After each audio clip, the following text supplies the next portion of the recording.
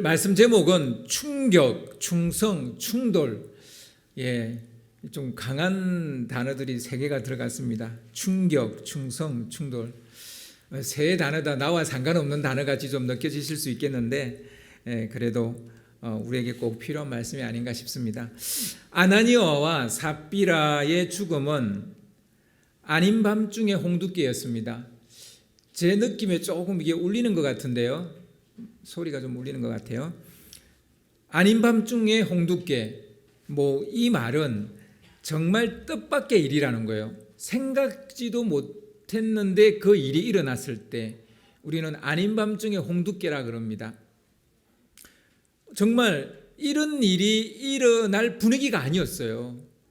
이런 일이 일어날 그런 상황이 아니에요. 맥락적으로, 흐름적으로 지금 사도행전의 상황은 이런 일이 일어날 상황이 아닙니다. 그러니까 아닌 밤중에 홍두깨인 거예요. 사도 베드로와 요한이 예수님을 전하다가 잡혀간 적은 있었어도 내부적으로, 그러니까 예수 믿는 사람들의 그 공동체 내부적으로는 아무 문제가 없었어요. 외부적으로 이제 좀 핍박하는 사두개파들이 있긴 했었어도 내부적으로는 아무 문제가 없었습니다. 성령 세례를 받아서 성령으로 충만해진 제자들은 더 이상 움츠러들지 않고 막 밖으로 나가서 막 뛰쳐나가서 예수의 부활을 전거했습니다. 너희들이 죽인 예수를 하나님이 그리스도가 되게 하셨다. 이렇게 막 담대하게 전했습니다. 베드로의 이 설교를 듣고 무려 3,000명이나 되는 사람들이 회개하고 예수님을 믿었어요. 또 얼마 지나지 않아서 솔로몬 행각에서 베드로가 또 설교를 했는데 그때는 5,000명이나 되는 사람들이 예수님을 믿게 되었다, 이렇게 말하고 있습니다. 예수를 믿은 사람들은 서로 한 마음으로 기도하고 같이 떡을 떼며 교제를 나누고 하나님을 예배하고 찬송했습니다. 자기 것을 아무도 자기 것이라 하지 않고 물건을 서로 통용하는, 그들은 너무나 달콤하고 행복한 시간을 보내고 있었습니다. 천국이 따로 없었어요. 바로 그들의 모임이, 그 공동체가, 초대교회 공동체가 천국이었어요. 마치 신혼부부의 허니문 같은 그런 시간을 보내고 있었습니다. 근데요, 허니문은 끝이 있죠. 계속 허니문이면 좋겠죠. 저희 부부는 계속 허니문입니다. 여러분도 계속 허니문이었으면 좋겠습니다. 근데 그게 쉽지는 않죠. 그죠? 달콤하고 행복할 때, 그때 사실 좀 조심해야 됩니다. 그죠? 난데없이 가슴이 철렁 내려앉는 불상사가 일어난 거예요. 이 부부의 죽음은 믿는 자들의 입장에서 난처하기 짝이 없는, 이럴 데 없는 정말 불미스러운 일이 아닐 수 없었습니다. 이 죽음을 뭐라 설명을 할 것인지, 어떻게 이해하고 받아들여야 되는지 너무너무 난감한 일이에요. 이 부부는 무슨 어마무시한 죄를 지은 게 아닙니다. 인간 이하의 짓을 했다거나 짐승만도 못한 짓을 한 그런 사람들이 아니에요. 누구를 죽였다거나 누구를 강간했다거나 물건을 훔쳤다거나 이런 죄를 진 게 아닙니다. 까놓고 말해서 그들이 배도를 한 것도 아니고 다른 신을 겸해서 섬긴 것도 아니에요. 그리고 믿는 자들을 팔아 넘긴 것도 아니에요. 가룟 유다처럼. 진짜 이런 짓을 했다면 내 그럴 줄 알았다, 이렇게 하든지, 죽어도 싸다, 이런 말을 했을 겁니다. 근데 아무도 그런 말을 할 수 없는 거예요. 죽어도 싸다, 이런 말을 할 수 있는 이런 상황이, 그런 사안이 아니에요. 이런 불상사를 담담하게 받아들이지 충격을 받았다, 이렇게 말하지 않았을 거예요. 그런데 이건 충격이에요. 충격. 아나니아와 삽비라 부부는 소유를 팔아서 일부를 하나님께 바쳤습니다. 단지 그 값의 일부를 감추고 얼마만 사도들의 발 앞에 두었습니다. 솔직히 거짓말을 조금 했습니다. 판 것의 전부라고 말하고 일부만 바쳤습니다. 그렇게 말한 게 사실이에요. 그렇게 한 게 사실이에요. 자기들도 은혜 받은 사람인 양 폼 좀 냈어요. 그리고 믿는 사람, 믿음이 있는 사람, 믿음이 좀 많은 사람인 척 했어요. 그런데 이게 무슨 죽을 죄입니까? 이게 무슨 죽을 죄입니까? 여러분 솔직히 저도 그러고요. 여러분도 안 그래요? 뭐 은혜 받은 사람인 양 좀 폼 낸 적 없습니까? 뭐 믿음 있는 사람인 척 한 적 없습니까? 저는 많거든요. 헤아릴 수 없이 많아요. 저는 특히 목사이다 보니까요. 때로는 진짜 막 내가 뭐 믿음 있는 사람인 것처럼 그렇게 해야 될 때가 많았어요. 그럼 저도 아나니아와 삽비라처럼 벌써 죽어도 죽었어야 되거든요. 수긍하기도 어렵고 납득하기도 어렵고 더군다나 설명하기도, 이걸 어떻게 설명할 거예요?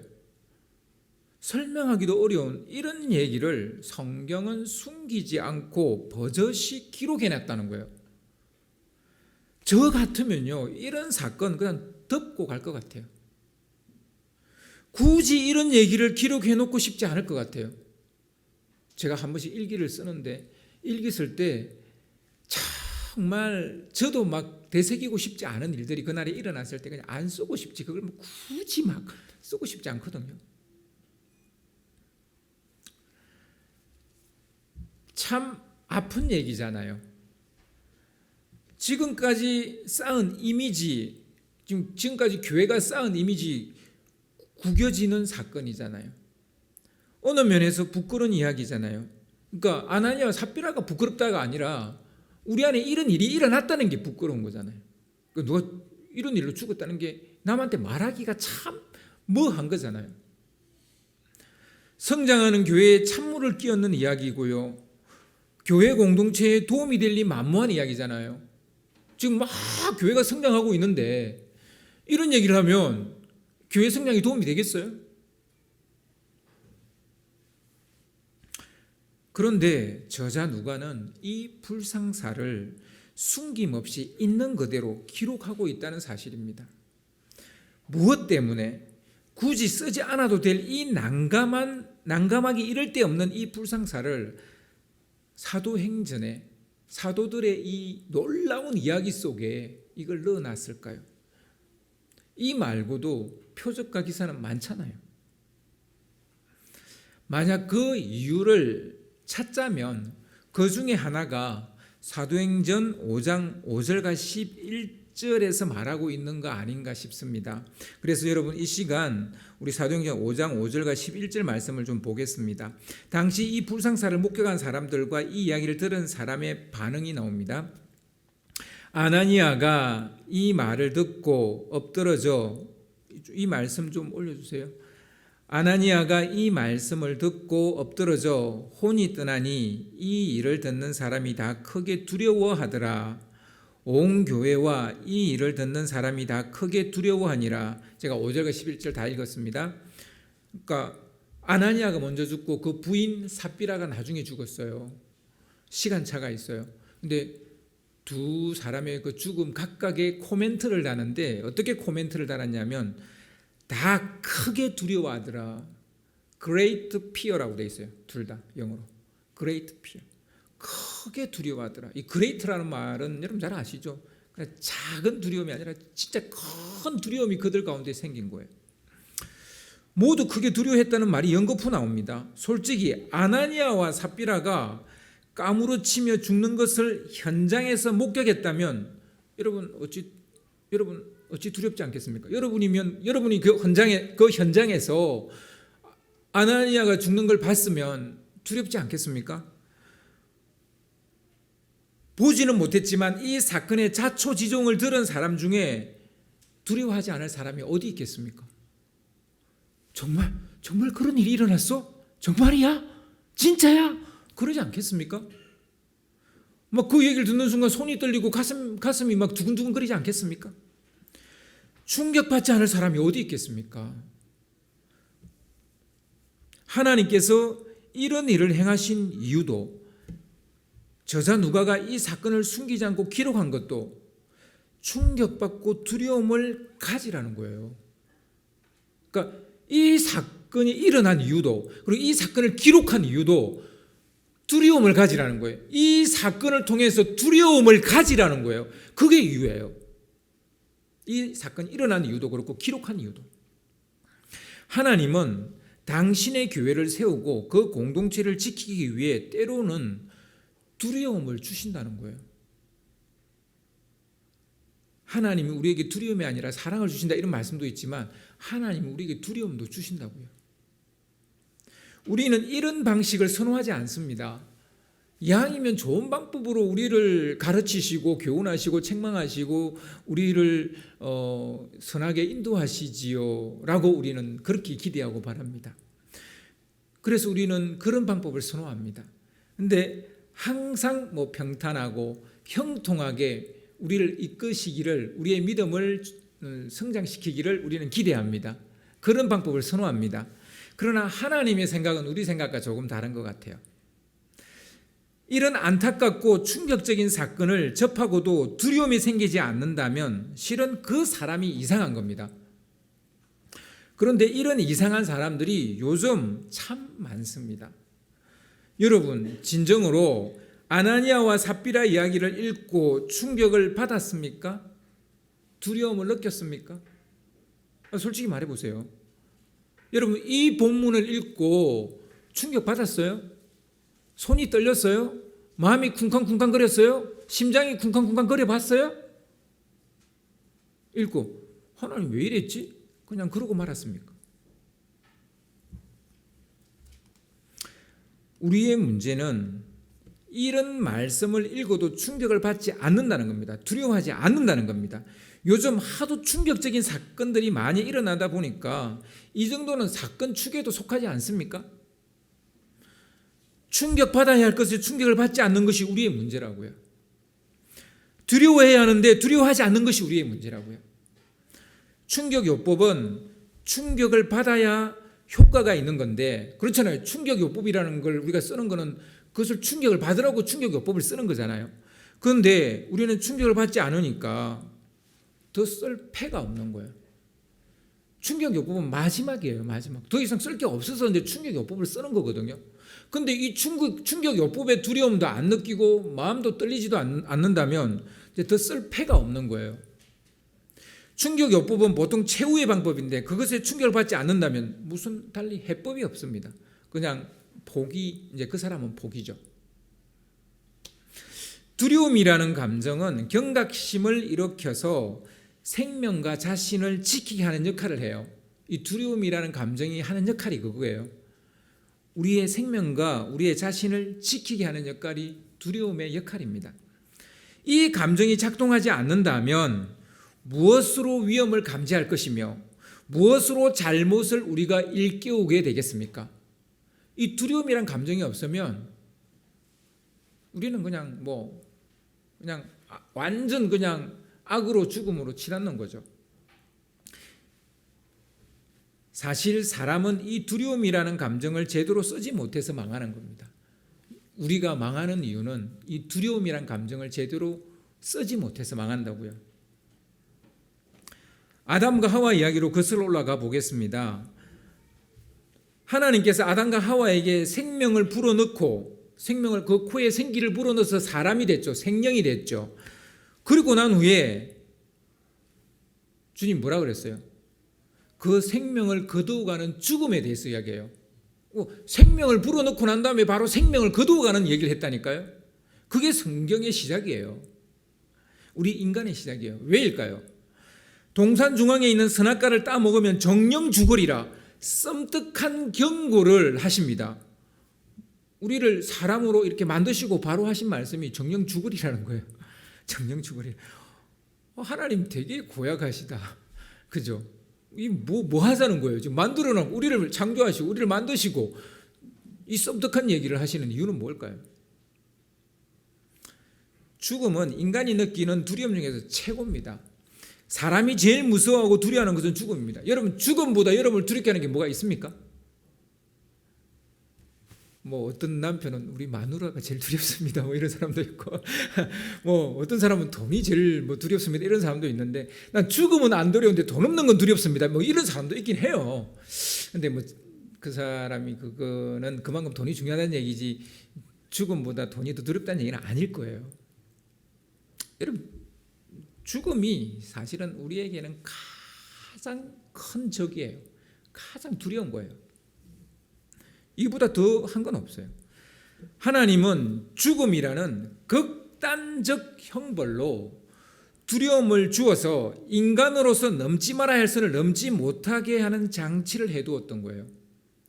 그러니까 사람에게 너 저 선악과 따먹으면 2번 다시 너는 나를 보지 못할 거야, 뭐 이 정도가 아니에요. 정령 죽으리라.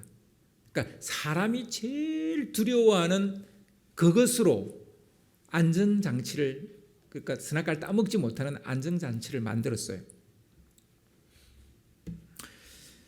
하나님은 아담과 하와에게 두려움이라는 감정을 주어서 그 생명을 보존케 하려고 했습니다. 그들이 하나님이 되려고 하면 무조건 죽게 돼 있어요. 뭐 하나님이 그 말 했든 안 했든 그들은 죽게 돼 있어요. 그래서 그들을 계속 살게 하려고, 그들을 살게 하려고 두려움이라는 감정을 가지고 좀 이런 충격요법을 처음부터 썼다는 거예요. 두려움은 지켜야 할 것을 지키게 하는 내면적인 가장 좋은 도구입니다. 두려움은 우리에게 반드시 있어야 되는 것이고 이것이 우리를 지키게 한다고요. 우리의 생명도 지키고 나를 나되게 한단 말이에요. 우리의 신앙도 지키게 하겠죠. 지켜야 할 것을 지키게 하는 이보다 더 좋은 도구가 있을까요? 여러분, 두려움보다 내가 뭔가를 지켜야 되는데 그걸 지키게 하는 게 두려움보다 더 좋은 어떤 도구가 있을까요? 있습니다. 그게 뭐냐면 사랑이에요. 하지만 사랑만 가지고는 안 돼요. 그래서 하나님은 두려움이라는 이것 또한 사용을 하십니다. 때로는 두려움이 더 또 도움이 될 때도 있어요. 사랑보다. 우리를 지키게 하는데. 여러분, 모세의 형이자 최초의 제사장인 아론을 아시지요? 그에게는 4명의 아들이 있었는데요. 그 중에 큰아들과 둘째 아들이 나답과 아비후입니다. 이 나답과 아비후가 어떻게 됐는지 아시죠? 이 2 아들이 아버지와 함께 제사장 일을 보고 있었는데요. 이들이 하나님의 명령을 어겼어요. 레위기 10장 1절에서 2절을 보면요. 레위기 10장 1절에서 2절을 좀 띄워주시기 바랍니다. 아론의 아들 나답과 아비후가 각기 향로를 가져다가 여호와께서 명령하시지 아니하신 다른 불을 담아 여호와 앞에 분향하였더니 불이 여호와 앞에서 나와 그들을 삼키매 그들이 여호와 앞에서 죽은지라. 아론의 2 아들은 분명 하나님의 불이 아닌 것으로 향로에 불을 붙이고 분향하면 안 된다는 거, 심지어는 죽는다는 거 알고 있었을까요? 모르고 있었을까요? 저는 알았다고 봅니다. 하나님이 정한 이 법도를 지켜야 한다는 것도 알고 있었을 겁니다. 솔직히 알면서도 그래 했다고 저는 생각합니다. 그래도 그렇지 굳이 죽이기까지 할 필요가 있을까, 이런 생각이 드는 거죠. 그러나 하나님은 아론의 2 아들을 불로 삼켜버렸습니다. 하나님은 무엇을 지키려고 이렇게까지 하신 것일까요? 하나님은 이제 애굽에서 갓 나온 이스라엘 백성의 신앙과 믿음을 지키고자 하는 거예요. 그들의 신앙의 순수성, 자발성을 지키고자 하는 거예요. 지난주에 이야기했죠. 한마디로 신앙 공동체를, 이스라엘을 지키려고 한 겁니다. 하나님은 특별히 사람의 마음을 지키려고 했어요. 그들의 마음이 정말 말씀대로 하나님만 존중하고 하나님만 존경하고 하나님 말씀만 순종하는지, 그것을, 그들의 그런 마음을 지키려고 했다라는 거예요. 그 마음이 무너지면 그들이 하나님을 떠나는 것은 뭐 시간 문제죠. 그러니까 그들이 마음이 무너지면 다 무너지는 거잖아요. 그러니까 하나님은 우리의 마음을 지키려고 한다는 걸 우리가 알아야 됩니다. 사람은 하나님이 될 수도 없고 또 하나님이 되려고 해도 안 되는 겁니다. 될 수도 없고 되지도 않습니다. 그 선을 넘어서는 순간 모두 망하게 됩니다. 사람이 하나님이 되려는 것은 즉 하나님의 뜻대로가 아니라 자기 멋대로 하는 게 곧 하나님처럼 되려고 하는 거예요. 그래서 사람은 자기 멋대로 함으로써 신이 되는 겁니다. 그때 자기가 가장 높아졌다고 생각해요. 내 멋대로 할 때 내가 가장 높아지는 거예요. 내가 신이 되는 겁니다. 바벨탑 사건도 마찬가지죠. 스스로 신이 되려고 하는 거죠. 자기 멋대로 하나님이 하라고 한 게 아닌데 멋대로 탑을 쌓아서 높이 올라가려 하는 거죠. 제 삶의 목표가 뭔지 아세요? 여러분 삶의 목표는 뭡니까? 그럼 제 삶의 목표는 인간이 되는 겁니다. 인간이 되는 거. 제가 죽었다 깨어나도 저 목표는 인간이 되는 거예요. 저는 천사가 될 수 없고 신이 될 수 없어요. 죽었다 깨어나도. 그냥 인간이 되는 게 제 목표예요. 여러분 목표는 뭔지 모르겠어요. 제 목표는 인간이 되는 거예요. 왜냐? 제가 인간이 안 됐거든요. 아담 하와가 타락한 이후 인간은 인간으로 태어났는데 인간이 아니에요. 약간 짐승 같아요. 죄 짓는 것을 좋아하고 자기 멋대로 살기를 좋아하고 하나님 말씀 듣기를 싫어하고 이 인간이 아니고 인간이란 하나님이 만든 인간이란 하나님의 말씀대로 사는 게 인간이에요. 하나님의 형상대로 살아가는 게 인간이에요. 그게 인간이에요. 그런데 저는 제 멋대로 살고 싶거든요. 그러니까 제가 인간이 안 된 거예요. 그래서 인간이 되는 게 제 목표예요. 그래서 말씀을 읽는 것도 인간이 되려고 읽고요. 기도하는 것도 인간이 되려고 읽는 거예요. 진정한 인간. 하나님이 바라는 그 인간.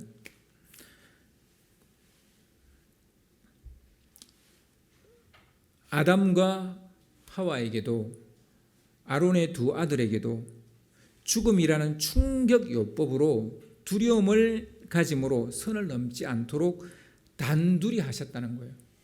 그러니까 아담과 하와에게도 이 선악과를 따먹으면 정령 죽으리라는 것은 단둘이 한 거예요.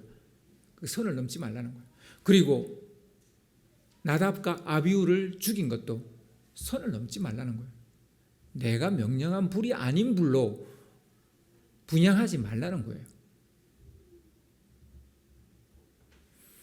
그거는 사울 왕도 마찬가지고요. 사울 왕도 선을 넘은 거죠. 다 죽이라 그랬는데 그 가축 좋은 놈들은 다 살려놓잖아요. 자기 재산이 되니까.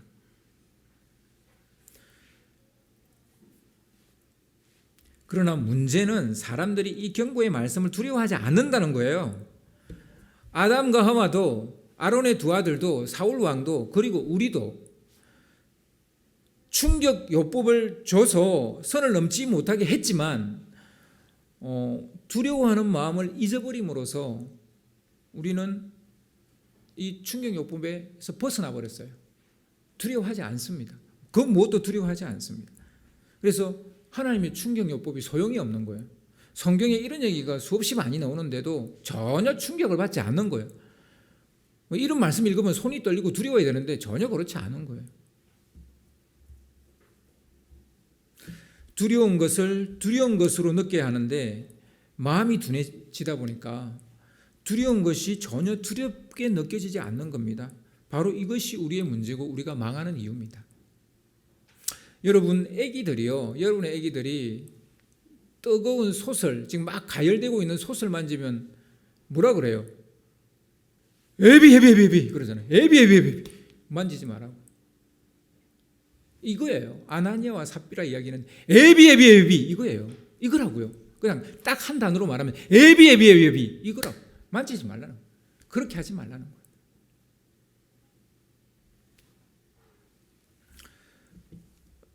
기독교는 마음이 중요합니다. 왜 마음이 중요한지 아세요? 유대교는 마음이 중요하지 않아요. 그런데 기독교는 마음이 중요해요. 사실 유대교도 마음이 중요한데요. 그럼 따지고 들어가면 그런데 우리 기독교는 더 마음이 중요해요. 왜 그런 줄 아세요? 죄를 지은 사람이 죄를 해결하기 위해 해야 할 일을 하나님이 이미 다 해버렸어요. 하나님이 다 하셨어요. 하나님 우리 죄를 다 담당하셨어요. 그래서 무엇을 해서 제사함을 받는 게 아닙니다. 우리가 뭘 해서 제사함을 받는 게 아니에요. 죄를 없이 하신 주님을 믿음으로 우리는 제사함의 은혜를 받는 겁니다. 따라서 마음에서 일어나는 믿음이 굉장히 중요해요. 그러니까 우리는 믿음이 중요하다고요. 다른 종교는 뭘 해야 되고 뭘 바쳐야 되고 뭐 이렇게 해서 구원을 받는지 모르겠지만 우리 기독교는 그게 아니라고요. 우리 기독교는 하나님이 우리 죄를 위해서 다 하셨다고요. 우린 그걸 믿으면 되는 거예요. 근데 이 믿음은 마음의 영역의 문제인 거예요. 마음의 영역. 그래서 우리는 마음이 중요해요. 마음이 없는 신앙행위, 마음이 없는 신앙생활, 이건 아무것도 아닌 거예요. 여러분은 뭐 보셨는지 모르겠습니다만 이번에 우리 임직자를 세웠잖아요. 저는 이분들의 마음을 보았습니다. 물론 나이도 참고했고요. 그러니까 이제 어른이 되는 거라서 제가 나이를 참고했습니다. 나이와 마음만 보았습니다. 뭐 다른 조건 제가 크게 보지 않았습니다.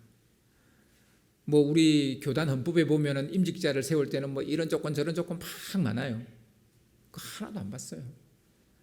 마음을 봤어요.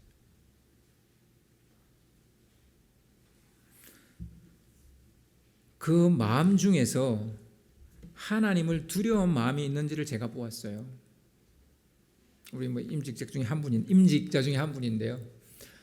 막 어려운 일이 한꺼번에 닥치니까 목사님 제가 뭘 잘못한 것 같아요. 뭔가 하나님 앞에 잘못한 게 있는 것 같아요.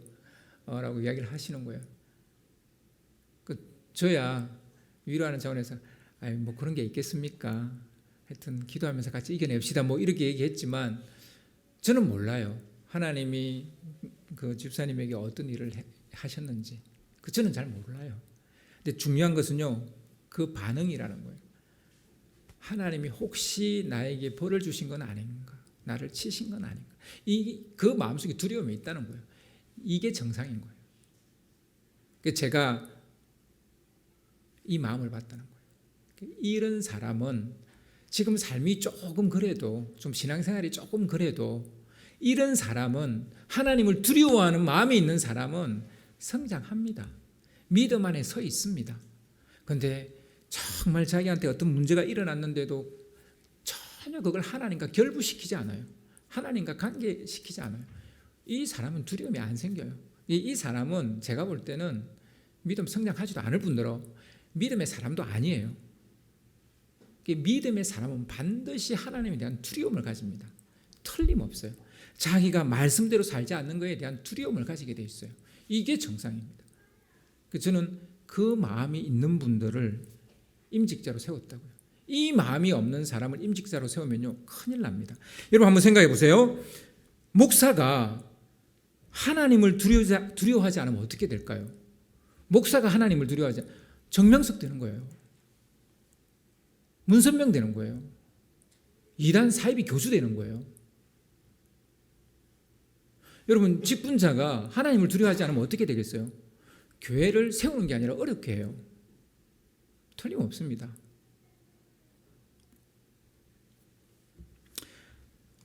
공동체뿐만 아니라 자기 인생도 망하는 거예요.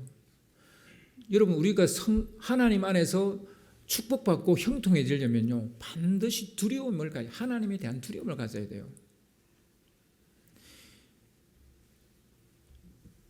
우리는 두려움을 부정적인 감정이라고 너무 매몰차게 대합니다. 이런 감정 생기면 안 되는 줄 알아요. 두려운 마음 생기면 안 되는 줄 알아요. 그러나 이 감정은 신앙의 가장 기초가 되는 감정입니다. 두려움과 사랑은 신앙의 기초입니다. 두 기둥과 같아요. 이것이 없으면 신앙이라는 것이 생기질 않습니다. 아니 생명을 유지할 수가 없어요.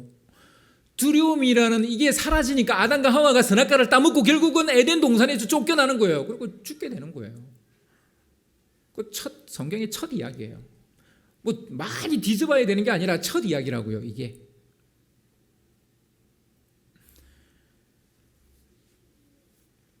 하나님의 말씀을 두려워하지 않는 사람들이 늘어날수록 그 사회는 무정부 상태가 되고요, 무질서한 사회가 되고 마는 겁니다.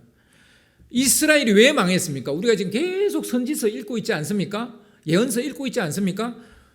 똑같은 얘기를 반복하는 거예요. 뭐 모든 선지서가 다 똑같이 이스라엘 망한다, 유다 망한다 그 얘기밖에 안 해요.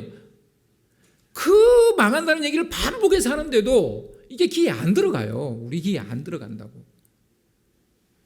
똑같은 얘기를 달리 얘기하고 있을 뿐이에요. 지금 우리 미가서 이제 읽었죠. 하나님을 두려워하지 않으니까 계속 하나님을 떠나는 거예요. 하나님 말씀대로 안 사는 거예요. 그러니까 결국은 이스라엘은, 유다는 망하게 되는 거예요. 이게 성경의 역사입니다.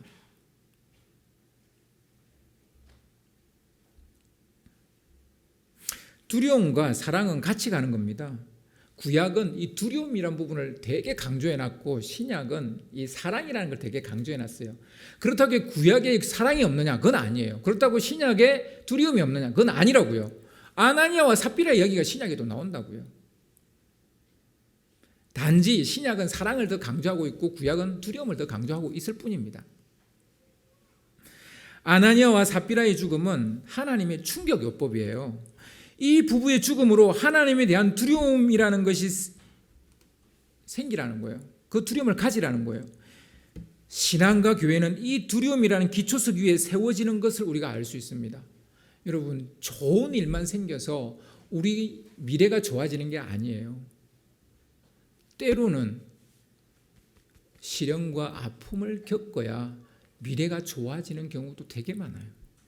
그래서 때로는 이런 두려움을 가지라는 거예요. 두려움을 가지면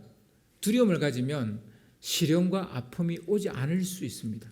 근데 이 두려움을 잃어버리는 순간 두려움을 하나님은 아픔과 시련을 허락하십니다. 그냥 사단이 우리를 집어삼키려고 하잖아요. 그때 그냥 그 사단의 그 하는 행동들을 그냥 눈 감아 버리시는 거예요. 그냥 하도록. 왜? 우리가 하나님에 대한 두려움을 느껴야 되니까. 하나님께서 죽음이라는 충격요법을 통해 두려움을 주었을 때 사람들은 두 가지 다른 양상으로 나타납니다. 하나는 충성이에요. 그러니까 충격을 주면 한 부류는 충성을 하게 되고요, 한 부류는 충돌을 하게 됩니다. 먼저 충성에 대한 이야기를 하겠습니다. 충성은요, 충격요법을 쓴 하나님께서 바라시는 바입니다. 하나님이 우리에게 충격을 주는 것은 충성하라고, 하나님만 바라보라고. 그래서 하나님은 충격요법을 씁니다. 하나님이 원하신 바입니다. 오늘 본문 12절을 보시면요, 여러분 12절을 보시기 바랍니다. 오늘 본문 12절을 보시면 사도들의 손을 통하여 민간의 표적과 기사가 많이 일어나매 믿는 사람이 다 마음을 같이하여 솔로몬 행각에 모이고, 계속 말씀이 나오는데 좀 계속 띄워주시기 바랍니다. 사도들의 손을 통해서 백성들 앞에서 많은 기적과 놀라운 일들이 일어났습니다. 그 중에 하나가 아나니아와 삽비라 사건이기도 합니다. 그리고 16절을 보면요, 16절에는 이런 말씀이 나옵니다. 예루살렘 부근에 수많은 사람들도 모여 병든 사람과 더러운 귀신에게 괴로움 받는 사람을 데리고 와서 다 나음을 얻으니라. 병이 낫는 기적과 더러운 귀신이 쫓겨나가는 놀라운 일들이 일어납니다. 지금 사도들이 예수님처럼 기적과 표적을 행했다, 기적과 이사를 행했다, 이런 기록이 있습니다. 이런 기적이 일어날 때 두려움이 생겼다는 거예요. 하나님에 대한 두려운 마음이 생겼다는 거예요. 사도행전 2장 43절을 보시면요, 사도행전 2장 43절에도 똑같은 표현이 나옵니다. 제가 읽어드리겠습니다. 사람마다 두려워하는데 사도들로 말미암아 기사와 표적이 많이 나타나니. 이 첫 번째 성령 세례가 임하고 베드로 설교가 있고 난 다음에 나타난 이야기고요. 오늘은 미문 앞에 있는 안전뱅이를 일으키고 난 다음에 베드로가 설교를 하고 또 나타난 일들에 대한 기록이에요. 두 이야기가 기록이 비슷해요. 서로 물건을 통용했다 이런 것도 비슷하고 다 비슷해요. 그런데 여기서 우리가 주목해서 볼 것은 기사와 표적이라는 말과 두려움이라는 말이 세트로 나온다는 거예요. 기사와 표적이 일어나면 그들이 하나님을 두려워했다는 거예요. 지금 43절, 2장 43절도 똑같아요. 사람마다 두려워하는데 사도들로 말미암아 기사와 표적이 많이 나타나니. 사도들이 기사와 표적을 일으키니까 두려워하게 됐다는 거예요. 여기서 말하는 두려움은 경이로움과 경외감 같은 것이라고 할 수 있을 것입니다. 이런 두려움을 경험한 사람은 더욱더 한 마음이 되었고 한 덩어리가 되었다라고 성경은 말. 그래서 12절을요, 오늘 본문 12절을 공동 번역으로 제가 다시 읽어드리겠습니다. 그 무렵 사도들은 백성들 앞에서 많은 기적과 놀라운 일들을 베풀었다. 모든 신도는 한 덩어리가 되어 솔로몬 행각에 모여 있었다. 한 덩어리가 되어. 그러니까 한 마음, 한 덩어리가 되는 것입니다. 내적 결속을 강화시켜 준다는 사실을 알 수 있습니다. 사실은 아나니아와 삽비라 사건이 교회를 무너뜨리는 게 아니라 더 그들을 결속시켰다는 거예요. 신앙 안에서 결속시켰다는 거예요. 흔들리지 않는 신앙이 자리 잡게 되었고 충성스러운 신앙이 세워지게 됐다는 거예요. 그래서 이런 걸 다른 말로 흔들어 보심이라고 말합니다. 아나니아와 삽비라는 흔들어 보심이에요. 정말 너희들의 믿음이 진짜인지 가짜인지 내가 흔들어 보겠다는 거예요. 흔들어 봐서 흔들리면 떨어져 나가는 거예요. 쭉정이처럼 날려가 버리는 것이고 안 날려가면 그들이 알곡이라는 거예요. 흔들어 보심이라는 거예요. 그래서 이와 같은 사건은 하나님의 흔들어 보심이에요. 하나님은 반드시 우리를 흔들어 보십니다. 우리의 믿음이 진정한 믿음인지 아닌지 흔들어 보세요. 그래서 이게 흔들려 버리면 결국 우리는 믿음을 떠나고 하나님과 충돌을 해버리죠. 그런데 그 흔들어 보실 때 흔들리지 않는 사람은 충성을 하게 됩니다. 하나님께 더 충성하게 되고 더 한 마음이 되고 한 덩어리가 되고 교회는 더 부흥하게 되고 성장하게 되는 것입니다. 그래서 14절을 보면 충성하는 자들로 인해서 나타나는 결과물을 볼 수 있는데요. 오늘 본문 14절 믿고 주께로 나오는 자가 더 많으니 남녀의 큰 무리더라. 3,000명, 5,000명을 넣어서 이제 뭐 셀 수도 없어서 그냥 큰 무리더라 이렇게 표현을 해버리는 거예요. 아픔과 시련을 견뎌내면 대부분은 성장과 부흥을 경험하게 됩니다. 우리 아기들이 아프고 나면 뭔가 좀 달라져 있어요. 그 아프기 전과 애들이 좀 뭔가 성장해 있는 것을 볼 수 있습니다. 마찬가지예요. 그래서 아픈 것이 다 나쁜 것은 아니고요. 시련을 다 부정적으로 볼 것은 아닌 거죠. 하나님은 때로는 이런 시련과 아픔을 통해서 우리를 흔들어 보시고 그것을 경험하면서 하나님을 두려워하게 만듭니다. 그래서 우리의 믿음이 더 충성스러운 믿음이 되도록 만드시는 겁니다. 하나님은 하나님을 믿은 자들에게 충격요법을 사용하셔서 두려움이라는 감정을 가지고 살게 하십니다. 그래서 여러분 두려움에서 벗어나려고 하지 마시고 두려움을 활용을 하세요. 두려움은 활용하는 것이지 벗어나는 게 아니에요. 두려움을 내 인생을 위해서 그 두려움을 잘 사용을 해야지 이 두려움에서 자꾸 벗어나려고 하면 안 됩니다. 이제 진짜 병자는요, 진짜 마음의 병자는 두려움을 하려고 하는 게 아니라 두려움에서 벗어나려고 하는 사람입니다. 그러니까 두려움은 당연한 것으로 받아들였는데 이 두려움이 내게 있어서 내가 너무 움츠러들어 가지고 그 두려움에 내가 사로잡히기 때문에 그 두려움에서 벗어나려고 하죠. 이는 이미 심적으로 마음의 병이 있는 겁니다. 그래서 혹시 그런 분이 있다면 이미 마음의 병이 있다는 걸 아시고 상담 받으셔야 돼요.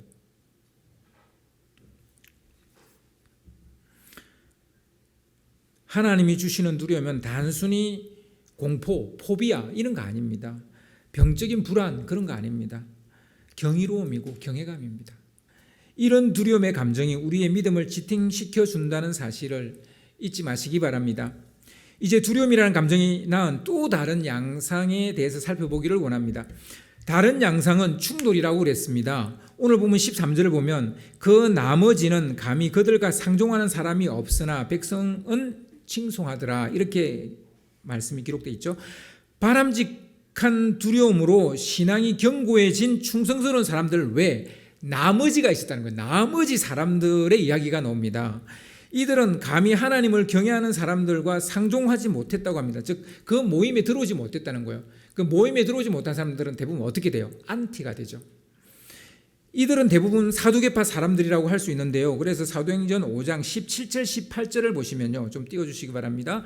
사도행전 5장 17절 18절을 보시면 대제사장과 그와 함께 있는 사람 즉 사두개인 당파가 다 마음에 시기가 가득하여 일어나서 사도들을 잡아다가 옥에 가두었더니 이 사두개파들은 충성이 아니라 하나님과 사도들과 충돌하기로 작정을 한 거예요.